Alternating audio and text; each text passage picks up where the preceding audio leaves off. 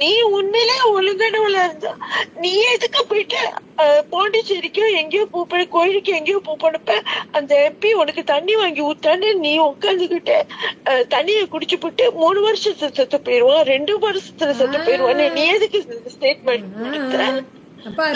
இது கூட நண்பனுக்காகத்தான் சொல்லிக்கிட்டு இருக்கா. நண்பனை சொன்னதான் சொல்லிக்கிட்டு இருக்கா. அப்ப தண்ணி வாங்கி கொடுத்தா நீ எது வேணாலும் பேசுவியா? உன் மனசு உள்ளதுதான் நீ பேசுற, என் மனசு உள்ளதுதான் இப்ப நான் பேசுறேன். பேசுற தண்ணிய வாங்கி கொடுத்தா நரகளை தின்றுவாமா? ஆனா இப்ப இடையில நீ சத்யா பேசுனது என்ன? 1 லட்சம் குடி எங்க அம்மா அக்கௌண்ட்ல போடுவேன், கேஷ் இன் ஹேண்ட் கொடுன்னு நீ தானே சொன்ன. அப்ப என்ன சத்தியம் வாயில தண்ணி வாங்கி ஊத்திதான் உன்னை பேச சொன்னாங்க? உன் சென்ஸ்ல தானே பேசுனேன். அப்போ உனக்கு மைண்ட் என்ன? அந்த மனுஷங்கிட்ட இருந்து எல்லாத்தையும் புடுங்கி வச்சுக்கிட்டு நீ லக்ஸரியான லைஃப்ல வாழணும்.